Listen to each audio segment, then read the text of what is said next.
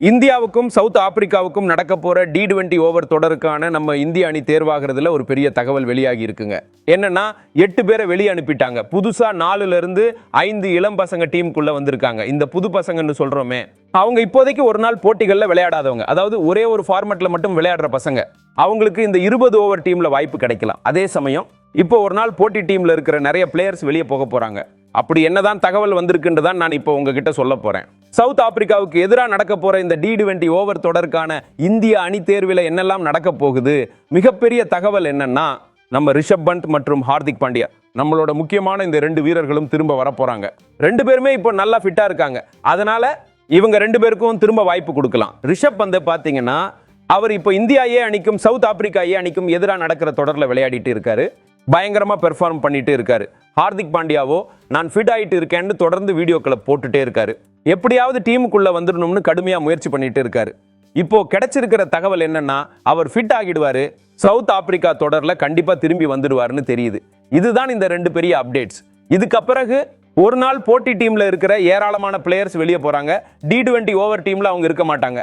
இப்போ ரோஹித்தும் விராட்டும் விளையாடவே இல்லை, அவங்களுக்கு வாய்ப்பு கிடைக்காது. அதே மாதிரி சிராஜும் வெளியே போகலாம். அதே மாதிரி KL ராகுலும் வெளியே போவார். மொத்தத்தில் ஒரு நாள் போட்டி டீம்ல இருக்கிற 7ல இருந்து 8 பிளேயர்ஸ் வெளியே போக போறாங்க. அவங்க T20 ஓவர் டீம்ல இருக்க மாட்டாங்க. சரி, இப்போ புதுசா எந்த பசங்க உள்ள வர வாய்ப்பு இருக்கு? ஹார்திக் பாண்டியா மற்றும் ரிஷப் பந்த் பத்தி நான் சொல்லிட்டேன். இது இல்லாம வேற என்ன அப்டேட் இருக்குன்னு சொல்றேன். டீம் எப்படி இருக்கலாம்னு ஒரு கண்ணோட்டம் பாருங்க. சூரியகுமார் யாதவ், அபிஷேக் சர்மா, சுப்மன் கில், திலக் வர்மா, ரிஷப் பந்த், சஞ்சு சாம்சன், ஹார்திக் பாண்டியா, சிவம் துபே, அக்ஷர் படேல், வருண் சக்கரவர்த்தி, ஜஸ்பிரீத் பும்ரா, ஹர்ஷ்தீப் சிங், குல்தீப் யாதவ், ஹர்ஷித் ராணா மற்றும் வாஷிங்டன் சுந்தர் வரப்போகிற இந்த 5 போட்டிகள் கொண்ட T20 ஓவர் தொடருக்கான இந்திய அணி இதுவா இருக்க வாய்ப்பு இருக்கு. சரிங்க, கூடவே அட்டவணை எப்படி இருக்க போகுது, மேட்சஸ் எப்போ நடக்கும்னு நான் உங்களுக்கு சொல்லிடுறேன். டெஸ்ட் போட்டிகளுக்கு பிறகு ஒரு நாள் தொடர் விளையாடணும். அப்புறம் தான் 20 ஓவர் தொடர் ஆரம்பிக்கும்.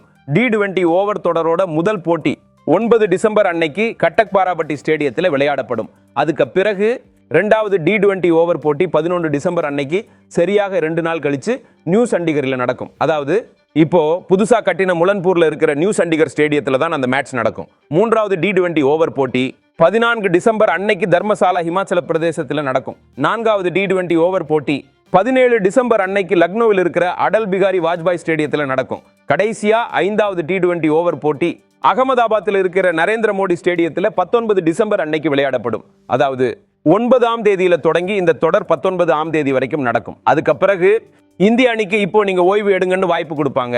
ஜனவரி மாசம் ஆரம்பம் வரைக்கும் எந்த தொடரும் இல்லை. கிட்டத்தட்ட 20 நாட்கள் ஓய்வு இந்திய அணிக்கு கொடுக்கப்படும். எதுக்குன்னா, அவங்க குறைந்தபட்சம் புத்தாண்டு கொண்டாட்டத்திலேயாவது கலந்து கொள்ளணும் இல்லையா? சரி, இந்த அணிதான் இருக்கணுமான்னு உங்களுக்கு தோணுதா? ஏன் கேட்கிறேன்னா, இதுல ரிஷப் பந்த் திரும்ப வரதால சஞ்சு சாம்சனை விக்கெட் கீப்பரா கண்டிப்பா வெளியே அனுப்ப மாட்டாங்க. ஆஸ்திரேலியா தொடரில் நல்லா பெர்ஃபார்ம் பண்ண ஜிதேஷ் சர்மாவை தான் பலியாடா வாக்க போறாங்க. இது நியாயமா? நியாயம் இல்லையா? நீங்க சொல்லுங்க.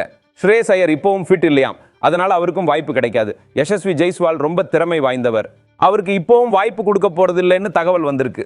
அப்போ இந்த அணியை பார்த்து உங்களுக்கு திருப்தி இருக்கா, இல்ல டீம்ல கொஞ்சம் மாற்றம் இருக்கணும், புதுசா இன்னும் சில இளம் பசங்களுக்கு வாய்ப்பு கொடுக்கணும்னு நீங்க நினைக்கிறீங்களா? உங்களுடைய கருத்து என்னவா இருந்தாலும் கமெண்ட் பண்ணி சொல்லுங்க.